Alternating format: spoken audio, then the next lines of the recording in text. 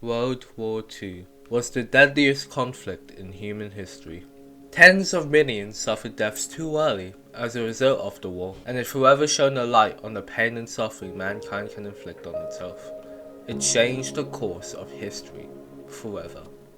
Now let's turn it into a wacky video game where inflicting the most heinous crimes against humanity is not only encouraged, but rewarded. Welcome to Hearts of Iron 4. You can play as any country in the world that was around during this time period, and I've picked arguably the greatest country on earth, the United States of America. Sure, America's got a few problems of its own, but we've got bigger fish to fight. Most notably, Germany and their leader, who just seems to be a fun little guy that has never done anything wrong. The game starts in 1936, and World War II is going to kick off in about 3 years. I've begun to kickstart my industry as well as reforming my military.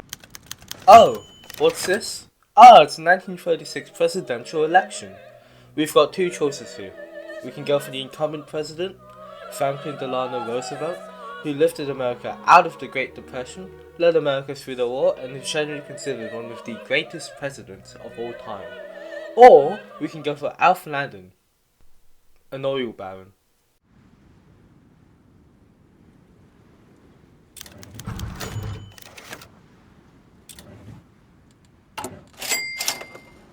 Five years later, it's the year 1941, and the world is kind of a shit show. Germany and their funny little leader are having the time of their life over in Europe, and the Japanese are rampaging through Asia. As for us, we started neutrality acting well. Alf is a man of his word, even if that means throwing the rest of the world to the dogs. Oh, we also did a special military operation in Mexico due to increasing totalitarian policy from the Mexican government and to save Mexican democracy in the interest of the American and Mexican peoples. But that's nothing to worry about. Regardless, until we get dragged in by a highly unlikely and preposterous declaration of war against us or our Filipino allies, we have no place in this conflict.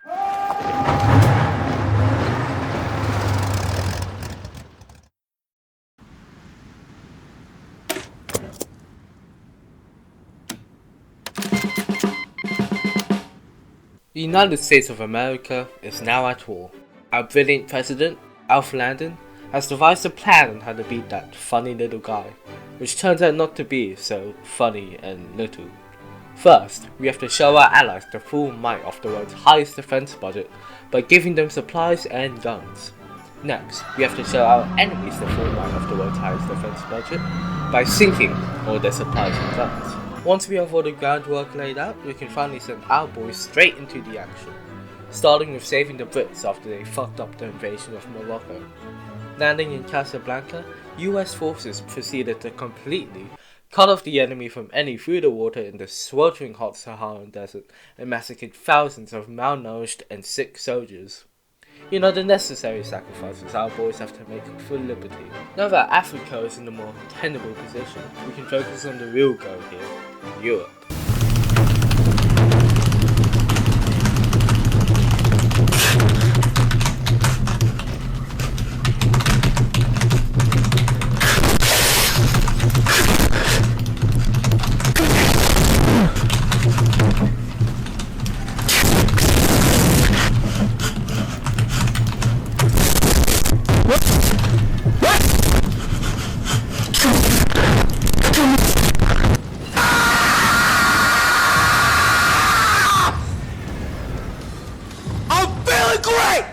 With the establishment of an Allied foothold in Europe and the bulk of our military funding in, it's time to show these German fucks what real military strategy looks like.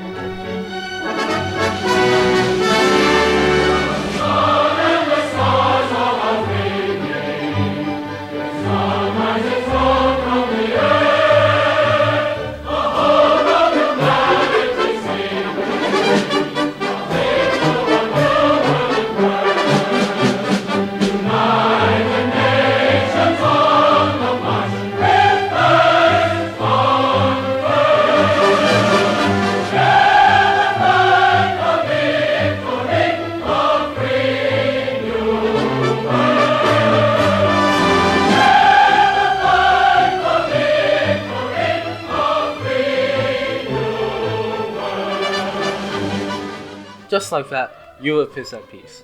Other than all the wars and strategy, I find the aftermath of those wars one of the best parts of the game. But seeing the fruits of your labour pay off with the rearrangement of... Sorry, I just got a message. Wait, I'm still at war? That can't be right. Oh fuck, I completely forgot about them. Upon remembering there was a whole other conflict America was involved in, President Alf Landon stayed up late last night devising a master plan to win the Pacific Front. We'll first assert naval dominance against the Imperial